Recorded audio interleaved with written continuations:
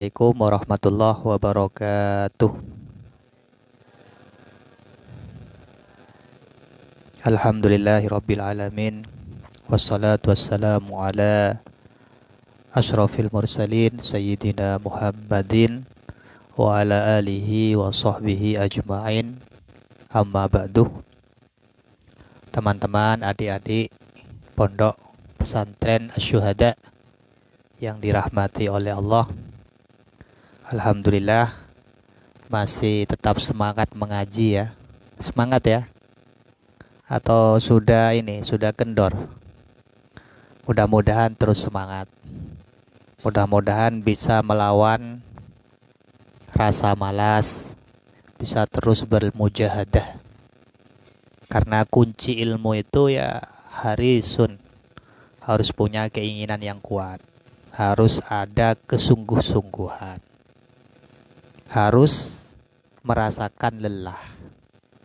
Oleh karena itu Imam Syafi'i pernah mengatakan, malam yadzuq murrat ta'allum, barang siapa yang tidak pernah merasakan manisnya, bukan manisnya, barang siapa yang tidak pernah merasakan pahitnya belajar, maka ya beqa jahilan, maka dia akan menjadi orang yang bodoh. Artinya terus menerus akan menjadi orang yang bodoh. Jadi memang mencari ilmu itu harus capek. Bukan harus capek, memang capek. Kalau sampean belum pernah merasakan capeknya belajar, pahitnya belajar, ketar-ketirnya belajar, belum merasakan itu ya berarti belum berjuang beneran gitu kan. Belum benar-benar berjuang dalam usaha untuk menggapai ilmu. Jadi ya gak dapat apa-apa. Hanya tinggal ngaji, ngaji selesai. Oleh karena itu kalau habis ngaji, jangan terlalu lama kitabnya ditinggal. Malamnya langsung dibuka atau dalam beberapa jam dibuka lagi. Karena itu masih hangat. Kalau 2 hari ngaji, sekarang 2 hari dibuka, sudah hilang semua, keterangannya lupa. Kadang maknanya nggak bisa dibaca.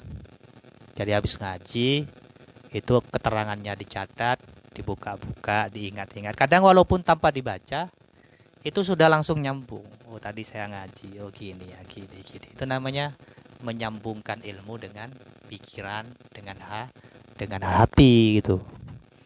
Jadi itulah perjuangan.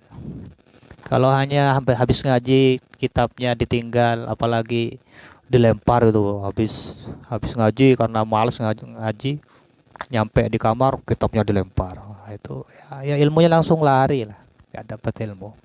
Karena satu sisi sudah tidak menghormati kitab. Jadi makanya anak-anak saya masih sering melihat naruh kitab sembarangan, naruh tulisan-tulisan yang bahasa Arab sembarangan. Jadi jangan begitu, kayak naruh rotip, jangan taruh sembarangan, taruh di tempat yang sopan, di tempat yang bisa menghindarkan rotip dari kotoran ayam dan lain sebagainya. Masih banyak saya lihat anak-anak sudah naruh kitabnya agak teratur juga, kadang bukunya di atas, kadang Quran ada buku di atas Quran, apalagi masih misalkan ditaruh uang di dalamnya, itu kan gak baik gitu. Jadi ada adabnya, ada tata keramanya, dan itu yang paling pokok di dalam mencari ilmu itu, harus punya tata krama, harus punya adab gitu ya. Cari ilmu ya memang lelah, memang melelahkan, memang capek. Kadang orang cari ilmu itu kalau yang sungguh-sungguh memang nggak punya teman. Makanya coba perhatikan orang-orang yang benar-benar mencari ilmu itu, banyak nggak dikelilingi teman-temannya. Pas waktu dia mencari nggak punya teman. Tapi insya Allah nanti giliran dia ilmunya sudah didapatkan, manfaat dan barokah, orang-orang semua datang. Contohnya Imam Nawawi. Imam Nawawi itu masa kecilnya itu sampai nangis gara-gara tidak ada teman yang menghiraukan. Karena aktivitasnya ngaji, ngafal, belajar, itu sampai gak punya teman. Jadi waktu kecil dia ditinggalkan orang-orang, tapi ketika sudah tumbuh menjadi orang alim, orang-orang semuanya datang seperti, karena beliau jadi air yang jadi air yang dimana orang-orang ketika haus datang kepada beliau, haus ilmu namanya. Jadi memang resiko kadang punya teman apa, ketika kita benar-benar mencari ilmu itu ya nggak sempat-sempat yang mau ngobrol-ngobrol sama temannya, nggak sempat-sempat yang mau bersama-sama temannya, sehingga kadang temannya merasa itu sombong, merasa macam-macam, padahal karena lebih fokus kepada ilmunya. Nah, makanya kembali ke daunnya Imam Syafi'i tadi, malam yaduk murad ta'allum. Kalau kita tidak merasakan pahitnya belajar, ya kita akan hidup dalam kondisi bodoh. Jadi harus sungguh-sungguh, harus belajar dengan sungguh-sungguh. Habis diajar ustadz pulang jangan langsung ditinggalkan, ya mungkin dalam beberapa jam buka lagi. Makanya ada belajar kan, belajar malam itu tujuannya biar sampean mengulang lagi pelajaran yang dipelajari di sekolah atau pelajaran yang dipelajari dimanapun gitu. Itu tapi kadang anak-anak disuruh belajar, kalau nggak disuruh nggak belajar, kalau nggak dibel nggak belajar. Jadi masih diperintah terus, disuruh terus, dilayani namanya. Karena memang orang menjadi pemimpin itu kan, pemimpin itu pelayan. Jadi ro'isun nas ya khadimuhu. Jadi pemimpin manusia ya berarti pelayan manusia. Tapi kan sebenarnya enaknya jadi santri itu apa? Ingin berokah kan begitu kan ya? Ingin berokah, ingin dilayani. Nah, itu ingin berokah tapi ingin dilayani. Itu enak jadi santri. Ya itu. Makanya ada imam namanya Imam Ar-Razi. Imam Ar-Razi itu aktivitasnya ya sudah hanya membaca. Baca. Sampai pernah Imam Ar-Razi itu mengeluhkan satu waktu karena tidak bisa digunakan membaca, yaitu ketika makan. Jadi ketika sudah bagian makan, Imam Ar-Razi ya gak baca. Jadi dia mengeluhkan, ruginya saya karena ketika saya makan maka saya tidak membaca. Itu usaha kerasnya Ar-Razi. Karena ilmu itu kita dapatkan biasanya bukan karena kita aktif belajarnya, tapi maksudnya usahanya itu. Sampai pada titik kita sepertinya mau putus asa gara-gara gak paham-paham, kemudian Allah memberikan futuh, membuka tirai-tirai ilmu itu hingga kita menjadi orang alim. Makanya yang ada kan, Imam Syafi'i pernah mengajar, ada murid yang bebel, ada murid yang gak nyambung gitu kan. Sampai diterangkan 40 kali itu gak paham. Sampai kemudian muridnya ini merasa malu gara-gara teman-temannya itu sudah, mungkin ya kita kalau ngaji ada satu teman gak paham-paham kan kesel kan. Itu kok gak paham-paham. Akhirnya murid yang satu ini pulang. Dikejar sama Imam Syafi'i. Ketika dikejar nyampe Imam Syafi'i di depan rumahnya, pintunya ditutup. Langsung dikunci Imam Syafi'i dari luar. Imam Syafi'i mengetuk pintunya. Ayo buka pintunya. Jangan saya pulang saja katanya. Saya sudah tidak mungkin bisa diberikan pemahaman. Diketuk lagi. Dipaksa sama Imam Syafi'i. Sampai kemudian pintunya dibuka dan pelajaran tadi yang gak dipahami itu disampaikan. Tiba-tiba Allah membuka tirai-tirai ilmu itu, dia paham. Jadi kadang kita ini akan Allah beri ilmu pada titik kita ini mau putus asa karena gak paham-paham. Saya saja dulu waktu mau bisa baca kitab itu Tahdus bin Nikmah itu saya belum baca Jurmiyah sudah mau baca Alfiyah. Sampai setiap bait, satu titik dari bait itu saya nggak paham. Pernah saya belajar itu dari jam 9 sampai jam 12. Itu nggak paham-paham. Ya karena nggak melalui jalurnya. Langsung saya angkuh lah bahasanya. Langsung mau baca Alfiyah, ingin bisa baca kitab. Jurmiyah nggak pernah belajar. Sampai jerawat keluar semua ya. Iya benar. Tapi akhirnya Allah membuka pintu ilmu itu, pintu baca kitab itu melalui Al-Ajrumiyah. Setelah baca Al-Ajrumiyah saya langsung bisa sedikit banyak memahami Alfiyah dan seterusnya. Itu dulu seperti itu. Jadi pada titik saya mau putus asa karena nggak bisa baca kitab, kemudian tapi saya tetap tidak putus asa, maka Allah memberikan pintu saya bisa baca kitab. Jadi ayo berusaha yang sungguh-sungguh gitu ya. Itu Ar-Razi kayak gitu. Ada namanya Imam As-Suyuti. Beliau itu punya karangan lebih dari 1000 dan meninggalnya gara-gara penyakit yang ada di lengannya.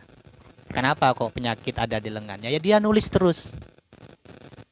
Orang nulis itu kan ininya mesti sentuhan, itu nulis terus. Sampai kemudian penyakit ada di tangannya, dia meninggal gara-gara penyakit itu. Karangannya lebih dari 1000, yang tercetak 600-an.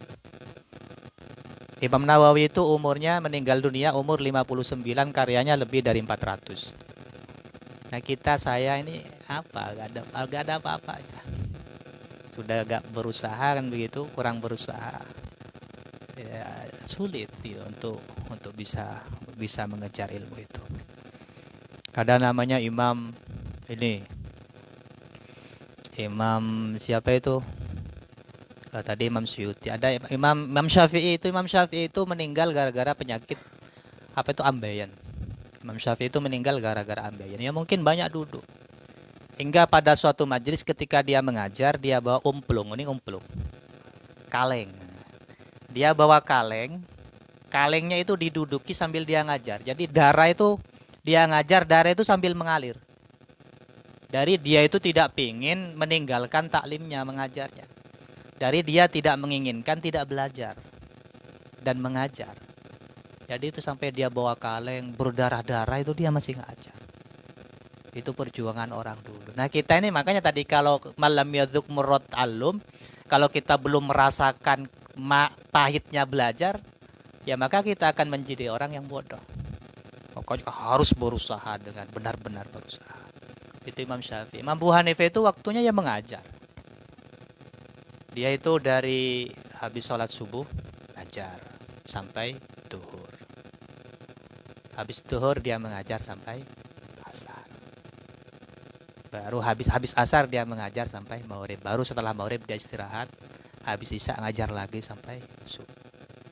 Jadi gak selesai belajarnya, gak selesai. Itu usahanya orang dulu. Gak ada alasan. Sampean misalkan tidak terkendala belajar gara-gara bekerja. Tidak. Imam Abu Hanifah itu pedagang, tapi dia sukses. Jadi dia sukses. Misalkan nanti punya anak terhambat karena anak banyak tokoh-tokoh, malah justru dia punya anaknya jadi orang alim-alim. Contohnya Kiai Maimun Zubair, tuh anaknya banyak gitu kan. Tapi beliaunya alim, anak-anaknya bisa jadi orang alim. Jadi gak ada alasan. Untuk tidak belajar itu gak ada alasan. Apalagi memang gak ada pekerjaan yang memang sedikit mengganggu belajar kita. Jadi mumpung ada di pondok, manfaatkan waktu ini untuk belajar. Bersungguh-sungguhlah, insya Allah apa yang kalian inginkan akan kalian dapatkan. Manjaddah wajadah. Barang siapa yang bersungguh-sungguh, maka pasti akan menemukan apa yang dicari. Dalam hal apapun, termasuk dalam belajar. La in jahadu fina lanahdiyannahum subulana. Kalau kamu sungguh-sungguh, saya berikan jalannya. Jadi pasti ada jalannya. Itu pengantar biar kalian semangat. Mudah-mudahan kalian tetap semangat. Bismillahirrahmanirrahim. Faslun. Adapun ini fasal. Wa yahrumu haram isti'malu awanidz dzahabi wal fiddah, menggunakan wadah yang terbuat dari emas dan perak. Haram hukumnya. Jadi menggunakan wadah yang terbuat dari emas dan perak itu hukumnya haram.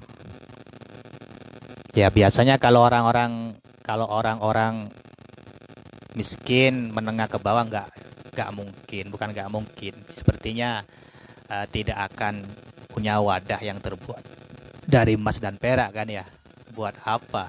Orang makan saja nggak punya. Tapi dalam tradisi kerajaan itu biasa. Misalkan ininya piringnya dari emas, cangkir dari emas, apalagi ininya tempat airnya itu apa? Ya pokoknya wadah-wadahnya itu terbuat dari emas. Itu kebanggaan bagi mereka. Jadi itu haram. Jadi menggunakan wadah yang terbuat dari emas dan perak itu hukumnya haram. Atau misalkan digunakan dalam fungsi yang lain yang sama dengan yang mirip-mirip, maksudnya fungsi yang sama-sama digunakan walaupun piring tidak dibuat makan. misalkan seperti ininya dupa, wadahnya dupa terbuat dari emas, ya itu haram. Kita misalkan ada di mengelilingi dupa, ya mengelilingi dupa, yang dupa itu wadahnya itu terbuat dari emas, itu juga haram. Jadi itu bentuk-bentuk penggunaan selain bentuk-bentuk penggunaan yang lain. Seperti misalkan ada dupa, kemudian wadahnya dari emas, kita mencium bau dupanya, itu juga haram.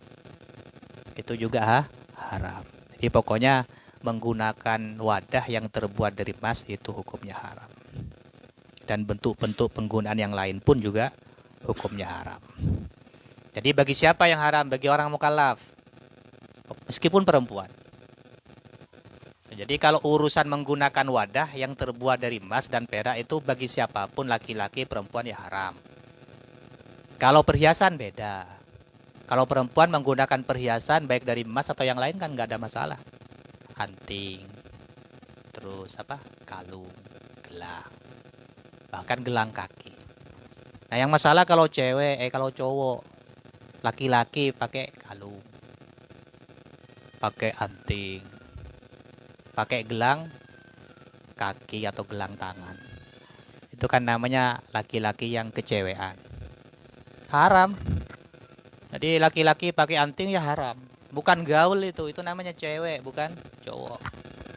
Jadi istilahnya ya kan, perhiasan itu kan identik dengan siapa? Dengan perempuan. Jadi yang identik dengan perhiasan itu perempuan. Yang pakai kalung itu perempuan, anting itu perempuan. Sehingga kalau ada laki-laki pakai kalung, pakai anting, pakai gelang, apalagi sampai gelang kaki, maka itu namanya jelmaan perempuan. Jadi laki-laki itu identiknya kan dengan keperkasaan. Jadi kalau laki-laki itu rijal, orang-orang perkasa. Jadi kalau orang-orang perkasa itu yang nggak pakai anting. Kalau yang pakai anting itu yang lemes-lemes. Nggak pakai kalung itu juga yang lemes-lemes. Jadi apalagi kalungnya sampai kalung emas. Kalung nggak emas pun kalau laki-laki itu nggak layak, nggak sebaiknya itu dipakai. Paham ya? Jadi di sini wadah yang dimaksud dalam bab ini wadah. Jadi bagi laki-laki, bagi perempuan haram menggunakan wadah yang terbuat dari emas. Baik digunakan untuk dirinya sendiri, digunakan untuk orang lain, walaupun anak kecil. Misalkan anaknya sampean kasih minum, cangkirnya terbuat dari emas. Itu haram. Yang haram siapa? Yang ngasih minum. Yang haram minum. Nah, jadi itu tidak karena mewah. Maksudnya tarofuh, istilahnya tidak layak di dunia. Mewah-mewah semacam itu tidak layak di dunia. Di akhirat nanti yang layak. Ya. Kecuali kalau darurat. Misalkan dia tidak menemukan wadah lagi gitu kan. Tidak ada wadah lagi selain wadah emas. Sementara dia harus misalkan ngasih minum pada anaknya, maka gak apa-apa. Itu berarti karena ada darurat. Gak ada masalah kalau memang gak ada yang lain.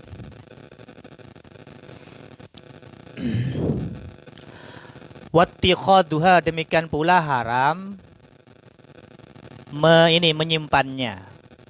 Wattiqaduha, demikian juga haram menyimpannya. Kenapa? Karena nanti kalau menyimpan khawatirnya dipakai. Jadi itu karena dikhawatirkan akan dipakai. Menggunakan haram, menyimpan juga haram. Oleh karena itu kalau kaya jangan buat wadah.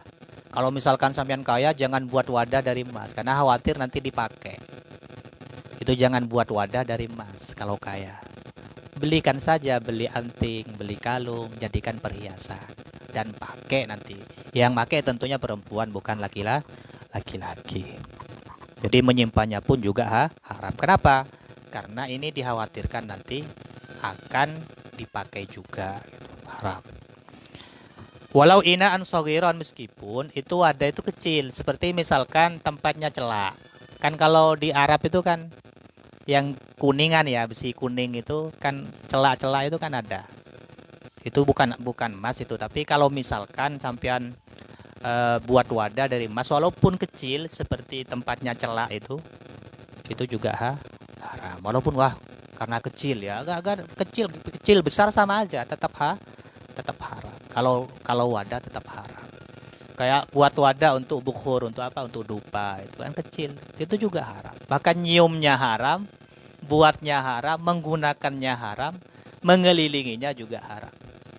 Jadi sebenarnya tradisi berdupa itu, pakai dupa itu sudah dari dulu. Bukan tradisi orang Hindu, Buddha, enggak. Itu sudah aktivitas yang dilakukan oleh ulama-ulama kita. Jadi tidak bid'ah, enggak bid'ah juga. Tuh. Wa ma dubbiba bidzahab, juga haram menggunakan wadah yang ditempel dengan emas.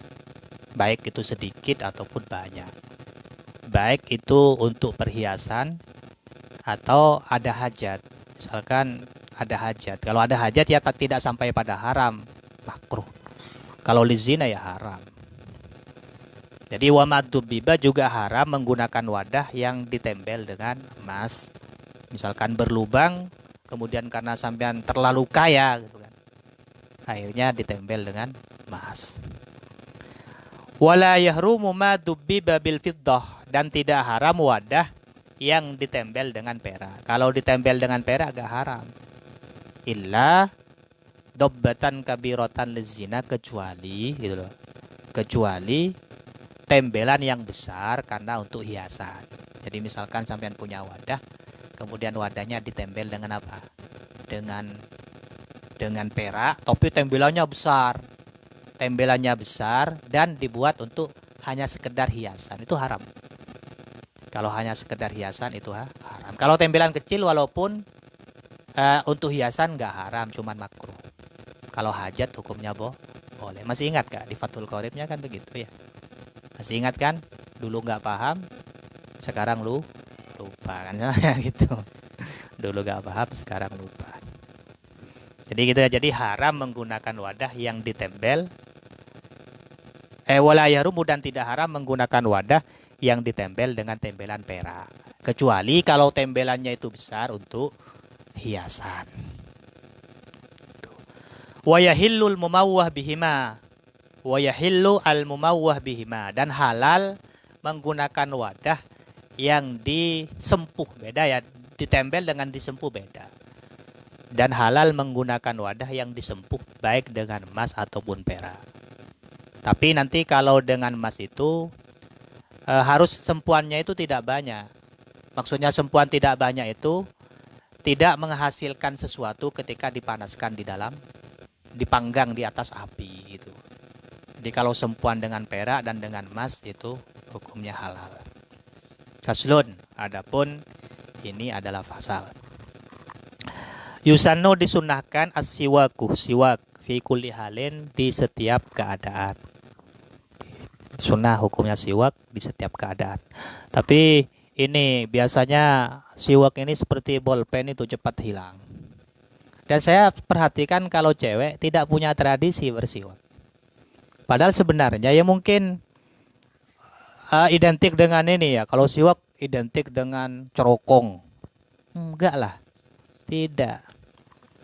Nah, misalkan berarti gak sikatan enggak. Cewek cowok itu sama aja, sunnah hukumnya siwak. Tapi kalau saya pribadi, siwak itu karena cepat hilang saja. Sama seperti waktu dulu pemondok saya yang sering hilang, itu cepat hilang itu bolpen. Itu cepat hilang saja, bukan karena nggak mau make. 1 minggu sudah hilang. Jadi cewek cowok sama aja disunahkan. Di setiap keadaan disunahkan. Bahkan sampean lali sekulin kalau poter siwak malolo. Ya mencanakan kakeknya sikat rapat ya siwak ento. Padahal itu sunnah. Jadi dalam setiap waktu keadaan itu hukumnya sunnah siwak. Wa yata'akkadu lil wudu, tapi sunnahnya jadi kuat ketika mau wudu. Jadi ketika mau wudu itu lebih sunnah. Jadi ketika sampean mau wudu itu siwakan itu lebih sunnah. Jadi lebih muakkad. Sunnahnya namanya sunnah muakkad. Paham ya? Wassalat, mau salat. Jadi sunat muakkad. Daripada bukan dalam 2 kondisi ini itu sunnah. Tapi ketika mau wudu, mau salat, sunnahnya meningkat. Jadi sunnah muakkad. Jadi sunnah muakkad. Jadi sunnah lebih kuat sunnahnya itu, nilai sunnahnya itu kualitasnya lebih kuat. Wassolati likul ihramin, dalam setiap takbiratul ihramnya. Misalkan sholat tarawih itu kan berapa kali? 20 rakaat. Maka setiap takbiratul ihram itu sunat siwak. Takbiratul ihram lagi sunat siwak. Jadi setiap mau memulai sholatnya lagi siwak. Sholat qobliyah misalkan. Sholat qobliyah pun juga demikian. Sunat qobliyah pun juga demikian. Qobliyah sunat siwak. Kemudian duhurnya siwak. Ba'diyah juga siwak. Jadi hukumnya sunnah. Wa iradati qiraatil Qur'an, juga disunahkan siwak ketika mau membaca Al-Qur'an. Ya, mau membaca Al-Qur'an disunahkan siwak. Cewek cowok sama aja. Wal hadis, baca hadis. Juga belajar seperti ini sebenarnya sunnah siwak. Wal dzikir, ketika dzikir. Wasfiraril asnan, dan ketika gigi itu menguning. Jadi lebih muakat. Jadi ketika gigi kuning itu lebih muakat. Waduhu lil bait, dan mau masuk rumah. Setiap mau masuk rumah disunahkan siwak. Siwak itu bikin orang wibawa. Jadi barangkali kalau siwakan ketika sampean mau masuk rumah, setan-setan yang ada di rumah itu minggat semua, takut. Nah, itu siwak. Wal qiyam minan naum, bangun tidur itu langsung siwakan. Jadi bangun tidur langsung siwakan, itu sunnah hukumnya. Sunnah hukumnya. Wa iradatin naum, mau tidur juga sunnah siwakan. Walikulli halin, dan juga sunnah siwak dalam setiap keadaan yataghayyaru fihil famuh, yang menyebabkan mulut itu bau. Seperti misalkan habis makan bawang merah, habis makan bawang putih, atau habis belum makan. Jadi orang itu kalau lama diam, nggak makan, nggak minum, mulut itu juga bau. Itu sunnah siwak. Sunnah siwak. Wa yukrahu, dan dimakruhkan lis-shaim, bagi orang yang berpuasa setelah lengsernya matahari. Ini menurut Imam Nawawi. Jadi ada yang nggak memakruhkan. Jadi menurut ulama dimakruhkan bagi orang yang berpuasa siwakan setelah lengsernya matahari. Tapi ada yang mengatakan bahwa secara mutlak walaupun bagi orang yang berpuasa siwak hukumnya tetap sunnah. Wa yahsulu, dan siwak bisa hasil bikulli khosinin, menggunakan setiap sesuatu yang kasar. Misalkan pakai handuk. Sampean mungkin lupa nggak sikatan gitu kan. Jadi pakai handuk. Itu baru cerokong. Jadi lupa gak siwakan, gak sikatan pakai handuk. Pokoknya setiap sesuatu yang kasar, tapi jangan pakai batu, nanti giginya rontok. Jangan pakai batu. Sesuatu yang kasar, yang lembut. Kasar tapi tidak keras gitu kan, tidak keras.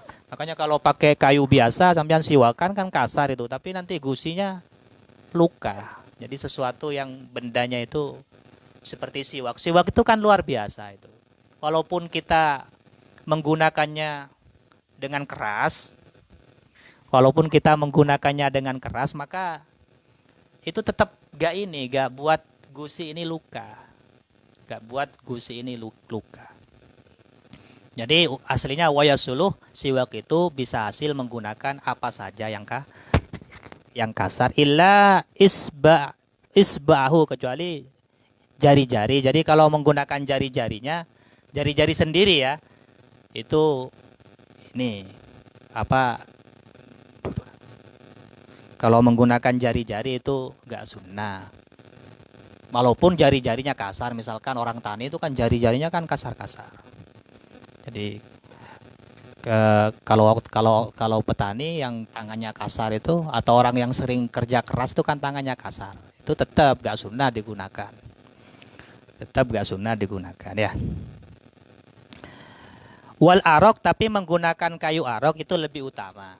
Jadi menggunakan kayu arok yang biasanya orang-orang itu bawa dari Mekah itu namanya kayu arok. Itu lebih utama karena memang lebih lentur, walaupun kasar itu lentur.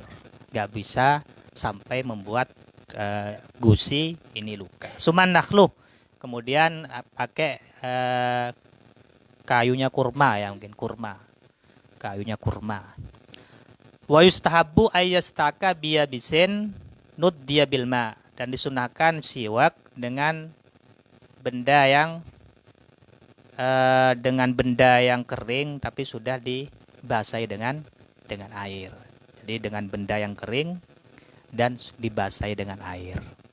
Makanya kalau siwakan itu ya basahi dulu dengan air. Kalau saya kadang pakai air ludah itu kan sudah menjadi lentur. Itu biar giginya biar gusinya tidak luka, tidak berdarah ya.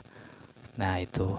Jadi gak harus ini ya, jadi gak harus pakai kayu arak gitu. Jadi bisa pokoknya setiap benda yang kasar, yang lentur, walaupun kasar lentur, itu bisa menghasilkan kesunahan bersiwak. Seperti baju yang kasar, handuk, kalau handuk itu lebih enak dipakai untuk siwakan. Sebenarnya ini sikatan itu bisa menggantikan siwak. Sampean niat siwak itu cukup. Tapi kan nggak mungkin sampean kalau sikatan itu dibawa kemana-mana. Dikit-dikit rasa mulut bau sikatan. Mulut bau sikatan kan enggak. Jadi kan kalau sikatan itu kan nggak bisa dibawa kemana-mana. Mungkin ketika habis mandi atau habis tidur itu sikatan. Tapi sampean niat siwak itu cukup. Karena sudah memenuhi kriteria alat yang bisa dibuat untuk siwak. Manfaatnya banyak siwak itu, bisa mencerdaskan, bisa menghilangkan balgam. Anak yang senang minum es ya. Minum es, senang tidur, jadi banyak tidurnya, minum es itu kan balgamnya banyak, keraknya banyak. Itu kalau siwakan diseimbangkan bisa steril. Bisa bisa kering gitu kan. Tenggorokan itu bisa kering, tapi kering yang enak, bukan kering-kering karena panas dalam, tidak. Kering yang hasilnya siwak itu kering yang enak. Paham ya?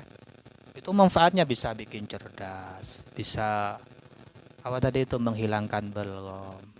Jadi otak itu kerasa ringan. Karena kalau siwakan diistiqomahkan, saya sudah merasakan sendiri, otak itu kerasa ringan.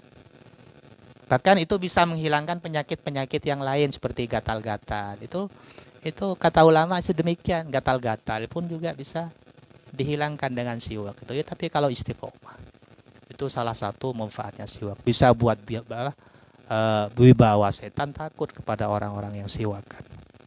Bukan berarti orang siwakan terus itu orangnya corokong, malah justru itu yang nggak corokong. Apa corokong bahasa ininya? Jorok ya. Jadi bukan berarti orang yang siwakan terus itu jorok, malah justru orang yang siwakan terus itu orangnya yang yang bersih, yang nggak jorok gitu kan. Karena berarti dia sangat memperhatikan kebersihannya. Mungkin itu saja ya yang bisa saya sampaikan, kurang lebihnya mohon maaf. Ihdinas siratal mustaqim. Wassalamualaikum warahmatullahi wabarakatuh.